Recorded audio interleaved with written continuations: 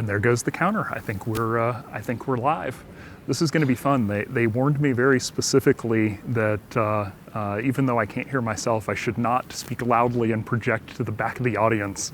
So it's kind of a little different format as a speaker. So we're here today to talk about AWS Ground Station. We're going to go through a overview and a little bit of a technical deep dive of the service.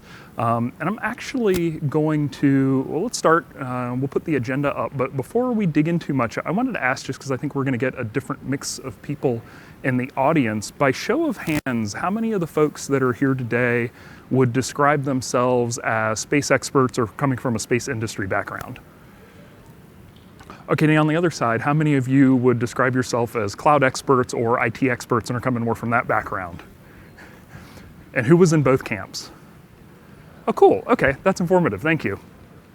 So, by way of agenda, we're going to walk through a couple different items today. We'll start with just an introduction, a little bit of a level set, just because I think it's going to be people coming from a variety of different backgrounds here.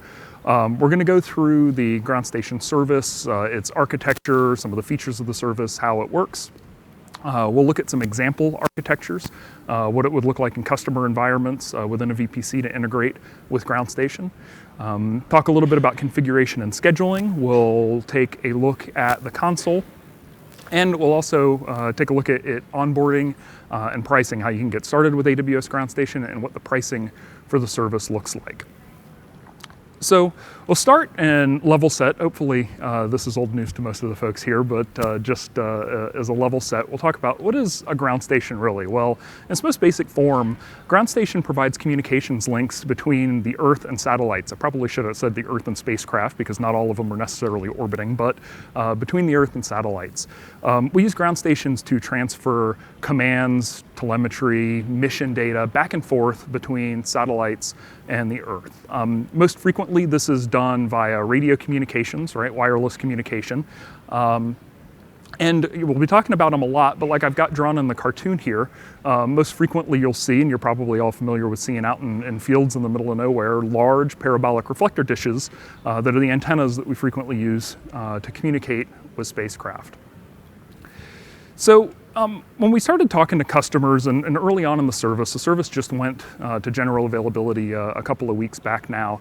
Some of the customers we spoke to talked to us about some of the challenges that they'd had with ground stations in their missions previously. Customers really faced with three choices to build ground for their space missions, which is build, lease, or rent. Customers who chose to build were faced with large upfront capital to build the facilities. The equipment is expensive. The facilities where these things are hosted typically have requirements for very reliable power, specialized network connectivity, a lot of complex and expensive equipment that needs to be maintained, as well as specialized skill sets needed to maintain that equipment. If you squint kind of hard, it sounds a lot like some of the challenges of running a data center. The other challenge that customers ran into is inelastic scaling. And what I mean by that is a parabolic antenna typically can only communicate with a single spacecraft at a time. So if you have one spacecraft and it's orbiting and you build a ground station, well then when it's not passing overhead and you're not making contact with it, then the ground station is sitting idle, right? If you happen to have two spacecraft and one ground station, you can only use it with one of them at a time outside of some specialized circumstances where maybe they're very close together. For customers in all three camps, but especially the latter two, we also heard some challenges around understanding the pricing that they were getting. A lot of the pricing in this world was negotiated, and customers didn't really feel like they understood if they were getting a fair price for the service. Additionally, scheduling conflicts and contention. There are a lot of different, for shared systems, a lot of different systems of prioritization where some customers may need to schedule on very short notice and want priority access and negotiate contracts that allow them to do so. But what that typically means is that somebody else who's at a lower priority runs the risk of losing or not getting the contact they want in the first place. So let's talk a little bit about AWS Ground Station, and that is a picture of two of our actual antenna systems there in the background of the slide. So managed ground stations, what do we mean by that? Well, AWS is responsible for all of the physical portions, right? The physical facilities, the antenna systems. We'll dive a little bit into what's a part of the service and what are customer responsibilities as we go on. AWS is also responsible for scaling the service ahead of customer demand, like we do with our other services. No long-term commitments required. So with AWS Ground Station, you can schedule as much or as little as you need. As much as just scheduling a single pass is just fine. Along with simple pay-as-you-go pricing, which goes with that last point, meaning that customers will pay by the minute for time that they schedule on the antenna systems. Self-service scheduling. And what we mean by self-service scheduling is that customers, and we'll dive into these later, I'll show you a little bit of a clip of the console, but what we mean by that is that customers can schedule on their own time against the antennas. You don't have to call somebody, you don't have to put in a ticket. There's an API and a console where you can self-serve those contacts when you want them. Close proximity to AWS regions. A lot of the customers I've spoken with are latency sensitive. They're worried about the amount of time it takes data to travel from the antenna face to the environment where they're going to do their processing. AWS Ground Station, the antenna systems are located in close proximity to the region to allow customers to do that processing at very low latency and to support workloads where customers may need to be able to do synchronous things between downlink and uplink. Additionally, first come, first served scheduling. And what we mean by that is that when a customer schedules time on Ground Station and we confirm that time and it shows them the schedule is scheduled, we're not going to take that time away to give it to another customer at a higher priority. Like once the time is confirmed, and we're not going to cancel someone's contact to give it to somebody else. So next, let's dive in and talk through some high-level architectures. We'll talk a little bit about the Ground Station service and how it works, and get a little bit into how customers can begin to integrate with it. So we'll start with a high-level architecture, and we'll be going in successive levels as time goes on through the presentation here. So this is really kind of a notional architecture at a high level to help you get introduced. So I'll start in the top left corner, which is outside the Ground Station kind of dashed line here where I'm defining the service. And I think that's a key point I want to make sure everybody leaves with, which is it is bring your own satellite, right? AWS Ground Station is not providing satellites as a part of the service. It's really a communication service to get from satellites to the ground and from the ground back to satellites. You can think of it as, I sometimes describe it to customers as a way to extend the cloud network out to a spacecraft. So if we follow my squiggly line there from the satellite back down to the antenna system, the antenna systems are of course part of AWS Ground Station. We saw a picture of those earlier. There will be more gratuitous high-res images of those later because I think they're fun. But the antenna systems are maintaining the antenna systems, installing the antenna systems, part of the service, right? Customers don't have to deal with that. Antenna control, part of the service as well. So AWS Ground Station, these are tracking antennas. They need to be able to accurately point at the satellite as it passes over. We'll talk a little bit more about that later. But as a customer, obviously we need the orbital information for the spacecraft to be able to do that, but you aren't responsible for that. We handle all of the antenna control, we handle all of the pointing. Same with tracking, right? You get configuration control to say if you want auto tracking, if you need auto tracking as a part of your contact, but it's a on or off customer configuration. We manage those systems that actually execute it. Scheduling as well, right? So you get control over and will access a scheduling system to schedule passes on the system, but the scheduler and the process of setting up the equipment before contacts, cleaning it up, those are all parts of the service that are all managed.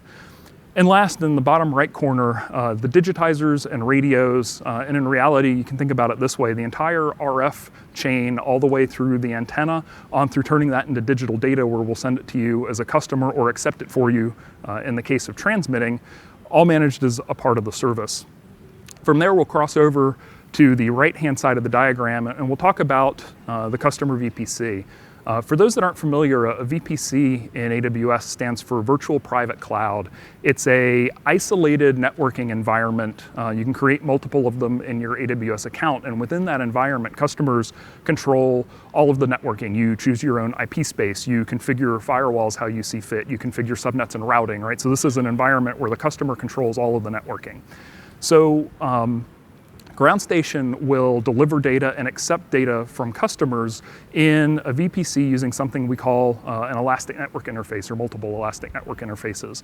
What this means for folks that aren't familiar with how this works is basically that AWS Ground Station is going to be dropping off downlink data and accepting uplink data in a networking environment that you as a customer have full control over and that's isolated and dedicated to you.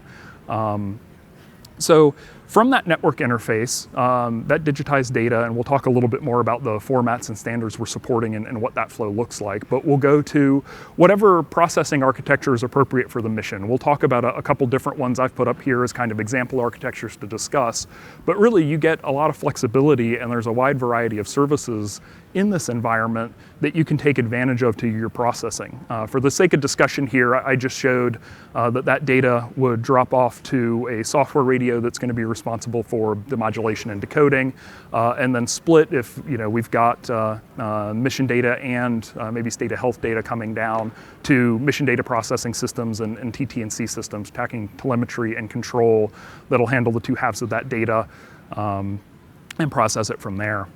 On the right-hand side of the slide, I've got kind of 3 boxes for general categories of AWS services, and I'll do this a couple of times. We're going to be spending a lot of time talking about low-level networking nuts and bolts in EC2 and in VPC, virtual machines and networking as a part of some of the plumbing of the service. But what I want to highlight for folks and have folks think about is we're talking about cloud here. There's a large variety of services for all sorts of different use cases that you can take advantage of in the environment. So that's a thread I'll touch on a couple of different times to make sure that we're not just thinking about the nuts and bolts, but also what other tools are available to help complete the mission. For example, analytics services like Amazon EMR that you can use to run managed Hadoop clusters if that's suitable for processing your mission data. Machine learning tools like SageMaker that you could use to train and deploy machine learning algorithms, maybe to do things like predictive analytics or looking for anomalous behavior in the data that's coming down. Or storage solutions like S3, which we'll be talking about a bunch today, which are high availability, very highly durable, and allow customers to store an unlimited amount of data and would be great for short-term or long-term storage of mission data or other data that you have as a part of your environment. Down at the bottom, I've drawn in 2 common threads running through the entire platform. The top is self-service and automation through the AWS console and the APIs and SDKs. For those in the audience that might be a little newer to cloud, what we mean by this is all the things on the slide, except maybe the satellite, are designed to be automated. So with Ground Station, there is an API and an SDK, or an API and a console that you can use to configure, that you can use to schedule. But also on the right-hand side, the processing architecture, these things are designed to be automated, so you don't have to have this processing architecture sitting idle, costing you money while you're not using it. If you're going to use it for 20 minutes and then you're not going to use it again for a series of hours or even a series of weeks or months, you can tear that back down and stop paying for it. If you need additional processing for a period of time for a particularly large workload that's transient, same thing, you can scale it out and tear it down when you're not using it. And those, the console, the APIs and SDKs, it goes back to the idea of on-demand self-service, right?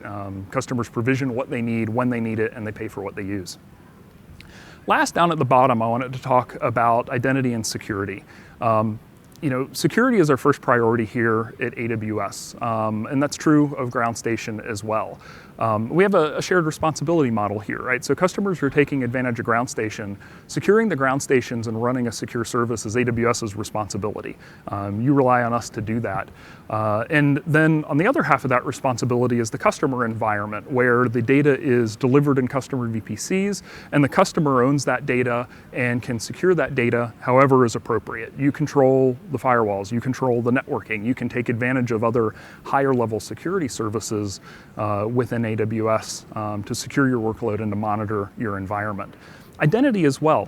We have an identity service called Identity and Access Management, and that allows customers to configure fine-grained policy that says what users within the cloud control plane are allowed to do in the environment. And that's true of Ground Station and the other services on the slide as well. So you can create users and allow them to do things like stand up and tear down processing environments or scheduled contacts on the Ground Station service. And you as a customer and as a user get fine-grained control over who can do what, where, and when in the environment. So next, I want to talk about physical locations. I'm doing that thing where I'm projecting to the people in the back of the room. I want to talk a little bit about physical locations. So at general availability launch, which was 2 weeks ago, there are 2 ground station sites available in Oregon and Ohio, which correspond to US West 2 and US East 2 AWS regions, respectively. Ground Station has announced 12 locations total in 2019, so these are the first 2 of many global locations. Again, we talked about this earlier, but we'll touch on it again. Close proximity to AWS regions to provide low latency between the antenna systems and the processing environment within the region. Additionally, I wanted to touch on, we'll be launching 2 or more antenna regions or antenna systems per location. And I wanted to include that. That seems like maybe a little bit of a technical detail here, but I wanted folks to understand like scaling out the number of antenna systems is a part of the service. So these locations have launched starting with 2 and will scale out according to customer demand as needed. So capabilities, we'll start at a high level and we'll dig a little bit further into these. For the services launched, we are engineered to support spacecraft in 2 orbits, low Earth orbit and medium Earth orbit, LEO and MEO. So those are going to be satellites that are orbiting faster than the period of the Earth's rotation, right? So things underneath of geosynchronous orbit from an altitude perspective. We're also supporting 3 bands, 2 today and 1 coming soon. So X-band, downlink, S-band, uplink and downlink supported as part of general availability. UHF, uplink and downlink is coming soon. So we'll talk a little bit about the antenna systems that we've launched at GA, what we're supplying today. And here's another one of those high-res images I love so much of the antenna systems. That is another one of the actual antenna systems. So we are using parabolic reflector antennas. These are tracking antennas, so we're supporting spacecraft in LEO and MEO orbits. That means as you stand on the ground at some rate of speed, depending on their altitude, those satellites appear to be passing from one horizon to another, maybe over your head, maybe just over the edge of the horizon.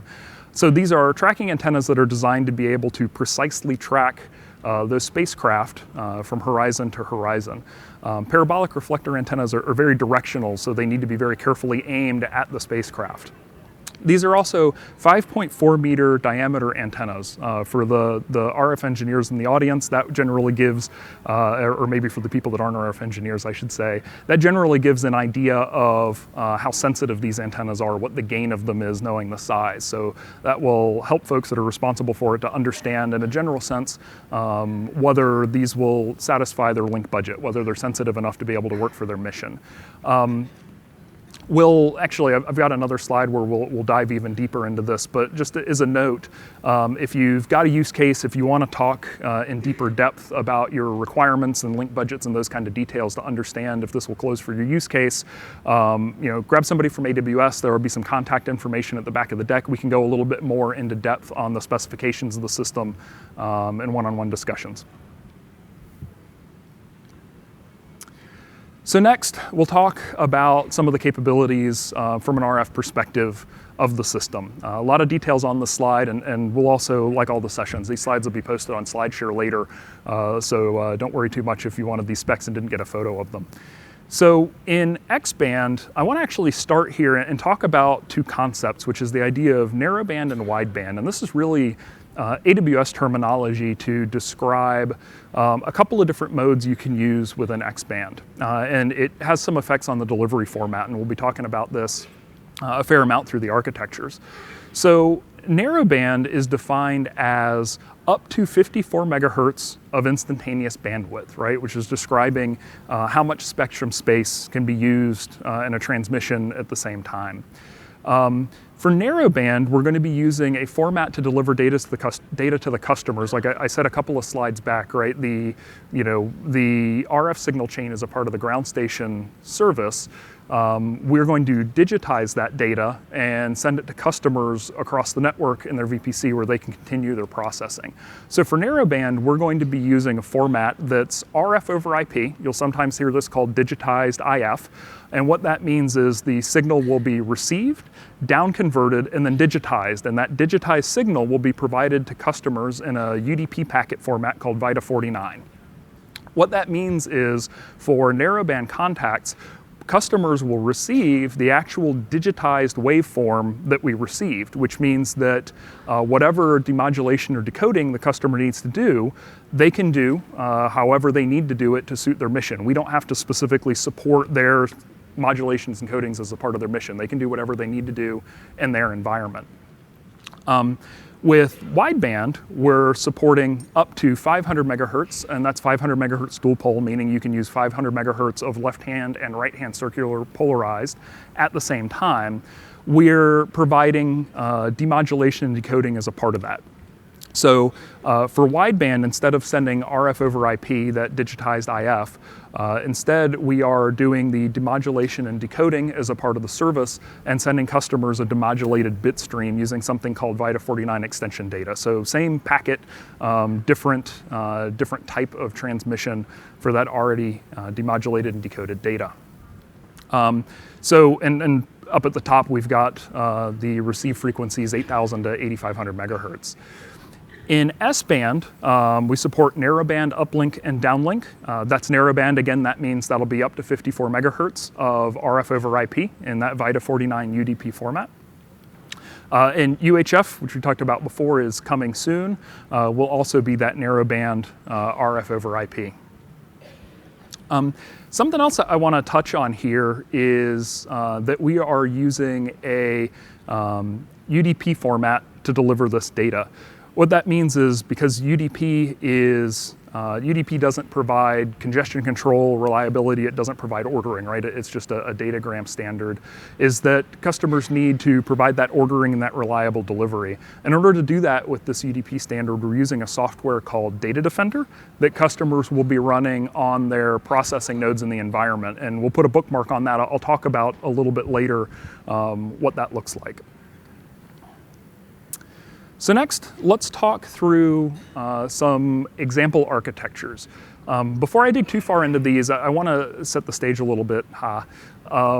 That the architectures here are examples that we put together as a means to discuss some of the different features. There are such a wide variety of data processing architectures for missions for the customers that I've talked to, and a lot of flexibility in the environment. So, and I'll just put the slide up and we'll start talking through it. So the point I wanted to make before we dig too far in it is a caveat is this is one potential architecture. We're going to talk about a lot of components of kind of a, reference ground solution architecture. But just because I'm saying, you're going to use this component, then this component, then this component, if that's not your processing architecture, it doesn't necessarily mean that you can't build it, right? These are notional architectures so that we can discuss what's possible and what these things may typically look like. So I wanted to start and we talked about wideband and narrowband and X-band support. I wanted to give an example of both and talk through a little bit what a processing architecture with ground station may look like. In this example architecture, we kind of collapsed out, this looked familiar from before, but we kind of collapsed out ground station, still the customer satellite in the top left corner. And we've got two different streams here, right? We've got a downlink of some payload data in S-band. That's going to flow through the system. We'll talk about that first, and then we'll come back to an uplink of a command that's going back out simultaneously during the same pass. So on the downlink flow, we've got that data. That data will be received by the antenna, digitized, delivered to customers in the VPC in that RF over IP format. And its first stop through the processing chain here that we'll talk through is a software radio, right? I have in parentheses, we'll talk about what that software radio is doing a little bit more, but I have in parentheses that is a data flow endpoint. That is a term from the configurations we'll look at a little bit later. Remember I said before for that reliable delivery, we're using a software called Data Defender. That data flow endpoint needs to be running that software and able to receive that data to be able to do ordering and reliable delivery and then pass it on to the next step in the chain. So in this case, software radio, really its responsibility in the processing chain here is going to be demodulation and decoding of that data, right? Turning that digitized waveform back into a stream of bits that can be interpreted by the next step in the process. From there, we have that bit stream, right? A stream of bits in whatever format is suitable for the customer's mission, traveling onto a front-end processor. And that front-end processor may be responsible for things like, in this example, frame sync, so taking a stream of ones and zeros and figuring out how to chop those back into the different data frames that were transmitted, as well as maybe frame-level error correction that needs to be done, decryption that may need to be done. Again, variability in this, lots of different mission architectures to complete these things. Once that data has been cut back into frames and any error correction has been done and it's been decrypted if that's necessary for the mission, forward on to mission data processing, which can look like whatever customers need it to look like. There's a wide variety of options in the platform. I've described it here as a set of virtual machines, maybe in an auto-scaling environment that are running processing software for the customers, but high-performance compute solutions, virtual machines with features like GPUs or FPGAs are available in the environment, and customers can use those as they need to do their data processing. From there, products coming out of that mission data processing architecture and going to the AWS or Amazon S3 service. We talked about that a little bit before, high durability storage. It's a good location to store data like this, optionally to make it available to customers or stakeholders if that's appropriate for the mission architecture. Down at the bottom, we'll start with the tracking telemetry and control system, where we'll potentially even an entire mission planning system, right, which will be responsible for creating the command to go back up. We're going to tell the spacecraft to go do something. So that TT&C system will generate data frames, whatever is appropriate for the satellite architecture, send those on back through the processing chain, right, all the same steps back through the front-end processor that may do additional processing, error correction, add encryption, back to the software radio that's going to turn those bits back into a digitized waveform. It sends that digitized waveform, still in that VIDA49 format, back to AWS Ground Station. AWS Ground Station transmits that data to the spacecraft. So all the way back out again. So next we'll contrast that with a wideband example architecture. So similar to before, but instead of having that 54 megahertz S-band downlink, now we have a 325 megahertz of instantaneous bandwidth downlink in X-band. So that means we're going to be doing a wideband contact. So instead of, what's different here, right, and the reason the chain is split a little bit, is that instead of receiving RF over IP data, customers instead going to receive demodulated data, demodulated bit stream, again in the VIDA49 UDP format, but using something called VIDA49 extension data to send that data on to the customer. So in this case, part of the configurations, and we'll touch on this, but part of the configuration of the AWS Ground Station service is going to include the customer settings for modulations and encodings. From there, the data processing looks, in this example, similar to what we saw in the last example, right? So rather than going to a software radio, because that's not necessary, it'll go straight to a front-end processor to do the additional processing. From there, data frames onto mission data processing. From there, mission data stored to S3 or an appropriate storage location from the mission. There's a variety of options available. In this example for TT&C, I wanted to show and talk about a little bit doing in a mission perhaps where the payload and the bus are separate and communicate separately, a totally separate uplink and downlink for TT&C data. So in this case, we're showing that in S-band at 30 megahertz for the sake of argument. And that data is coming down, again, that's narrowband, RF over IP, same processing architecture as before, right? Demodulated and decoded, any additional processing that needs to be done and onto a TT&C system. I suggested just, again, thinking big about other services in the architecture that could be useful, about potentially storing that telemetry long-term for archival or to power the TT&C system out of DynamoDB, managed NoSQL database that customers don't have to scale or support, right? Which is a good place to store data durably across multiple zones. Same thing in reverse, right, for the uplink back out of the TT&C system, back through FEP, software radio, and then back up to the ground station service in RF over IP so that it can be transmitted.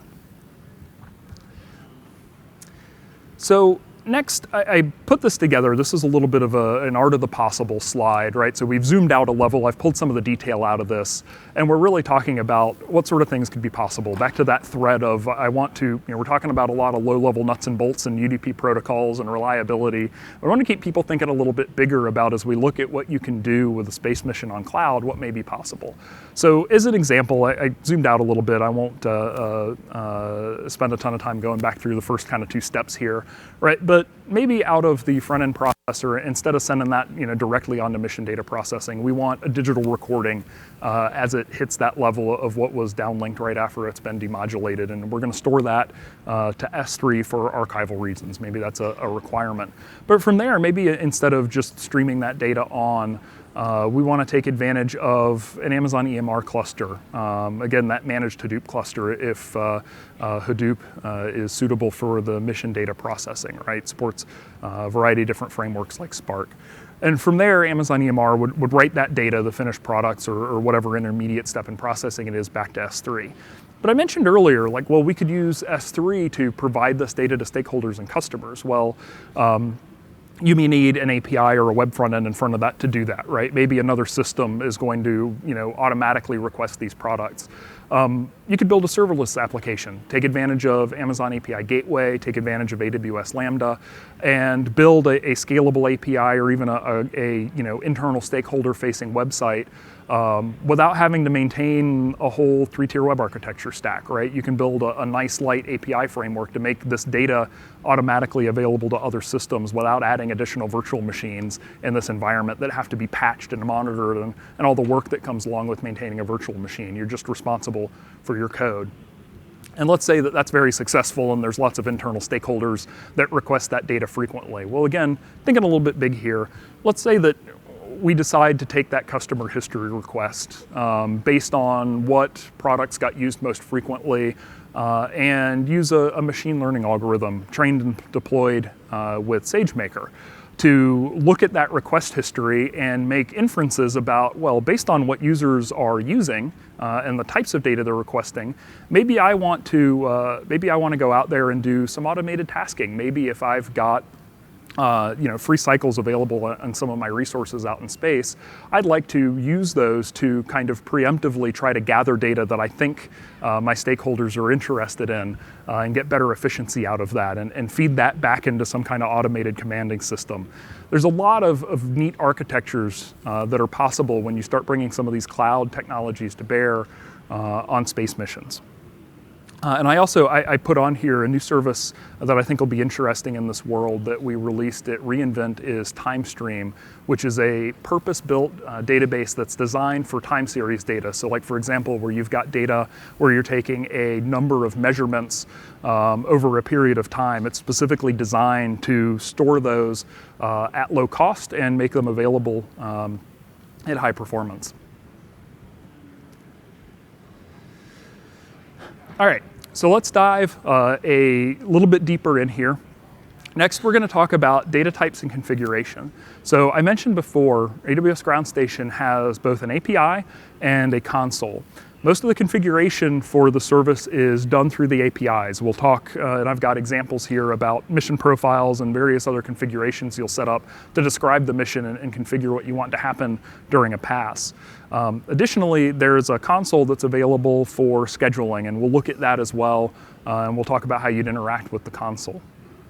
And scheduling is available through both the APIs and the console. So you can automate scheduling, or once you've set up your mission profiles, if you've got users that want to come in and manually schedule, you can do that through the console as well. So data types and configurations, please forgive me for hitting you with a PowerPoint org chart. What I wanted to show here is the hierarchy of configurations in the system at kind of a logical level and explain what these different configurations do and and why they matter, how you'll interact with them, etc. And I've worked this up at the top. I've got a contact. So if you think of that as kind of the top level piece of our architecture here. Everything flows down from that top level contact. So to schedule a contact, there's 5 different things, or 5 different main things that you have to provide that we'll talk about here. I'll start for the 2 right. Those are the easy ones, or the start time and the stop time, right, in Zulu time in the system. The next 3 components are the satellite, the ground station, and the mission profile. The satellite and the ground station, both of those are ones you're going to select. So configuration of the satellite, we'll talk about this a little bit more in onboarding, but the configuration of the satellite, the orbital data associating that satellite with the account is something that the ground station service does as a part of onboarding a spacecraft with the service. Again, we'll dive a little bit deeper in that, but in this scenario, you'll select a satellite that's associated with the account for the particular contact. Ground station, similarly, right? We maintain those. There's a set of references that'll be available, so you'll specify, I would like to use this ground station location or that ground station location for the contact. Most of the mission-specific things are going to happen in the mission profile. So the mission profile is made up of a number of different components. On the far left-hand side, we've got a tracking config. Again, we'll dive into some of these a little bit deeper to show you some of the different knobs and levers that you'll have access to. But on the left-hand side, you've got a tracking config, which is how you want AutoTrack to be set up for the pass, or whether it's required or not required.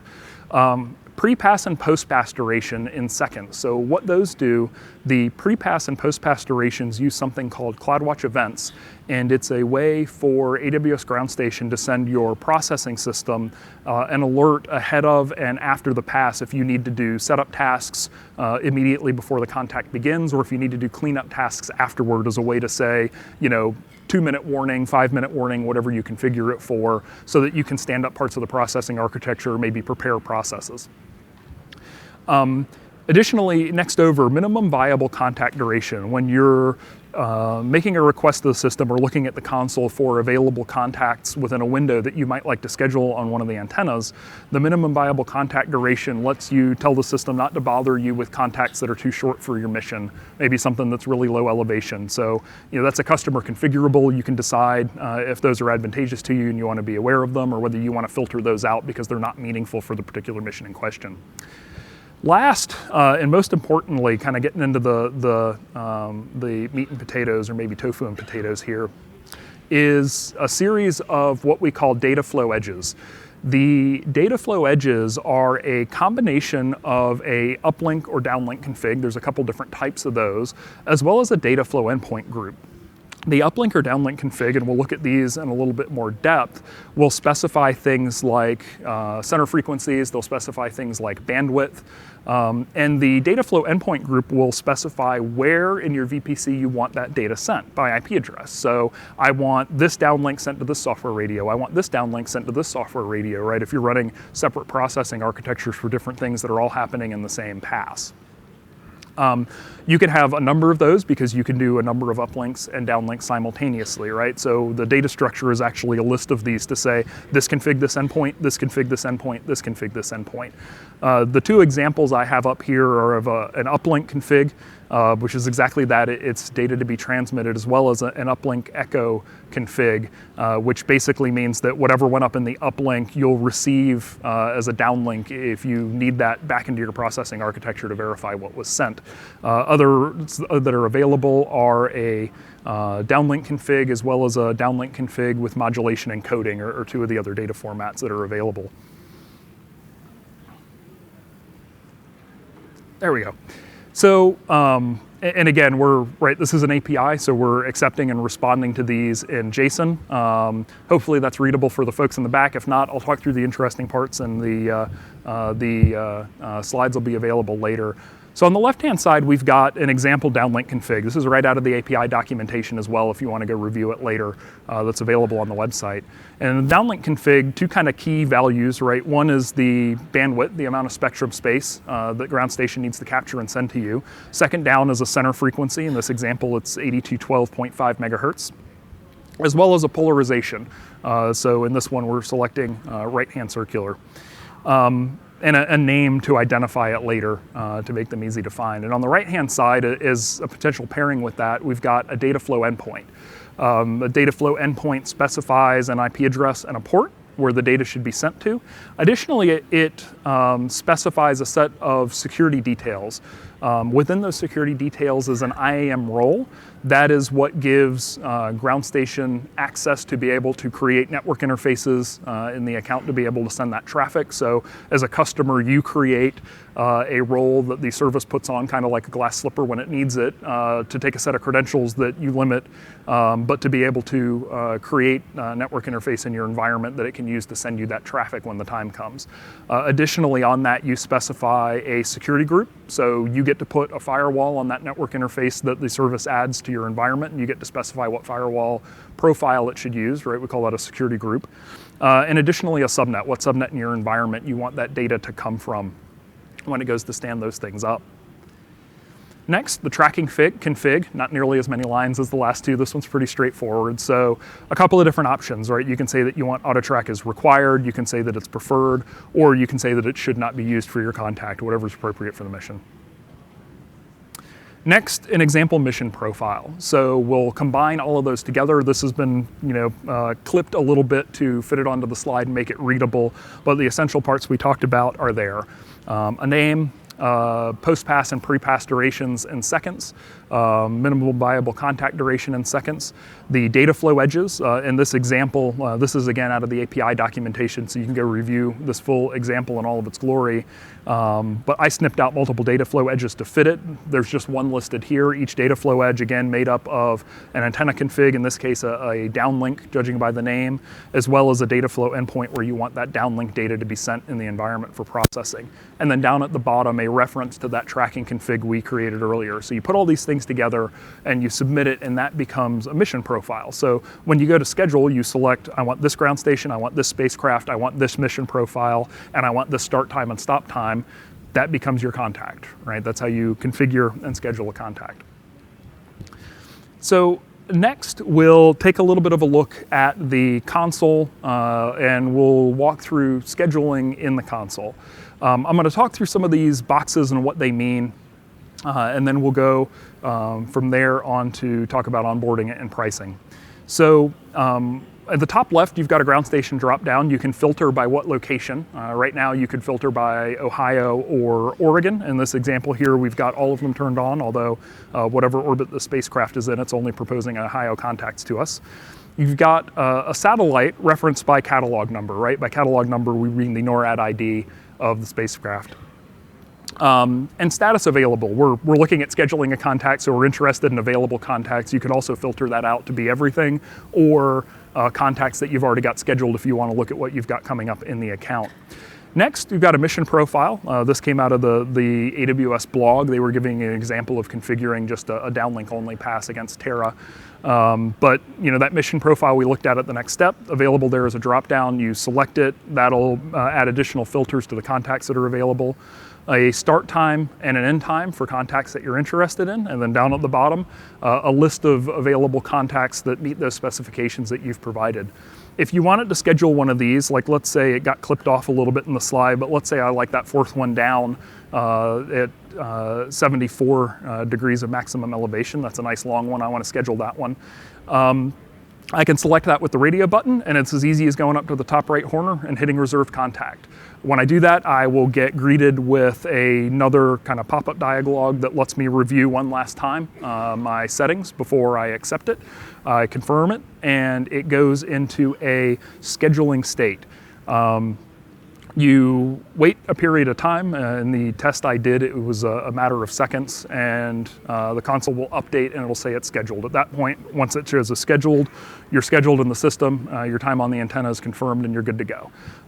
Once those are scheduled, optionally, if you need to, you can use the same console, look at your scheduled contacts, and go through essentially the identical process to cancel them using that cancel button up at the top.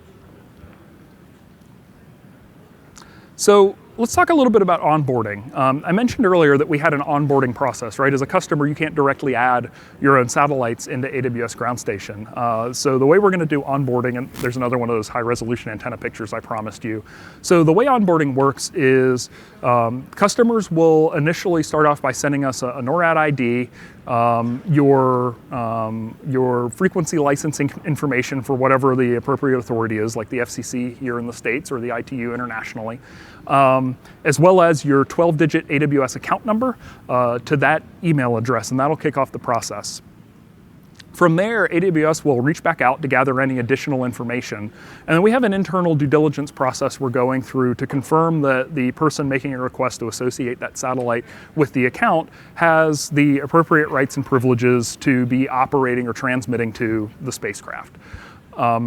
From that point, both the customer and AWS Ground Station are going to have to update their licenses. The customer needs to update their license to be able to transmit over the ground station. The ground station service needs to update their ground station license to be able to transmit to the spacecraft, right? Once that process is complete, the satellite gets associated with the customer's account, and from there, you're off and running. You can go into the system, you can configure mission profiles, and you can configure contacts. So next, pricing for AWS Ground Station. As we mentioned before, and this is available on our pricing website as well, but as we mentioned before, customers will pay by the minute for the time they schedule on the ground station system. We've got 4 different prices there in the bottom right corner. There's one rate for narrowband contacts and one rate for wideband contacts. There's also optionally a reserved minute system where customers who commit to a yearly pool of minutes, and I'll give you a little bit more detail on that in a second, can get a reduced rate for contacts.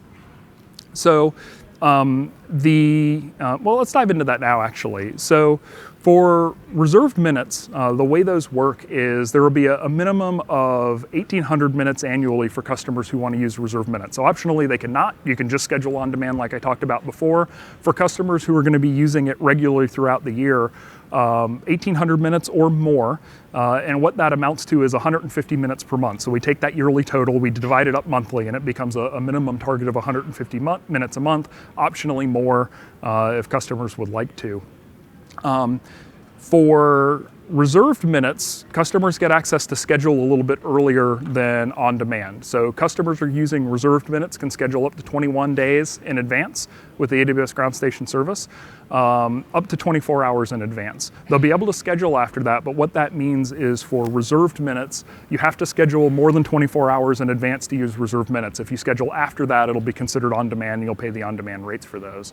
On-demand customers can schedule up to 7 days in advance. That's how that'll work.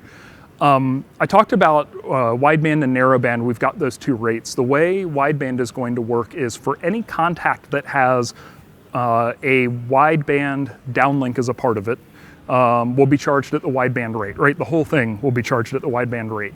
If the contact is configured with only narrowband downlinks, it'll be charged at the narrowband rate.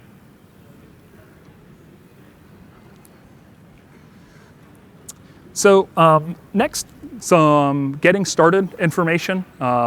These links don't do you much good up here, but again, the slides will be available later. Or you can go pull these things off the website. They're linked in the main documentation pages. So again, touching on that onboarding, right? Customers want to understand how to get started.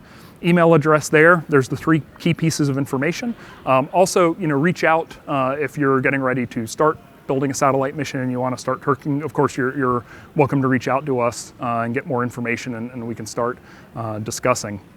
A couple of different links. The console is live today. Any customer can go in there and click around. You have to go through the onboarding process to associate a satellite to the account. User guide describes things like big picture, how to use the service, what some of the options do, how you interact with it, and then the API reference is where you'll find some of the resources I showed before, so that JSON notation for the different APIs, how you configure and control the system. And I wanted to wrap up on a quote. This was one of the quotes I liked from Ground Station. This came from Maxar, and they talked about the most exciting part of our testing work was finding out how fast we could get data from space into Amazon S3. The answer was 55 seconds. The context that unfortunately was not captured in the quote that I'll just have to give you here in person was that process with their normal processing architecture that Maxar, formerly Digital Globe in this case, was taking them about an hour, right? So using AWS Ground Station, a reduction in latency to get from the spacecraft down through data processing and into their environment from an hour down to 55 seconds. And thank you very much. That was all I had today.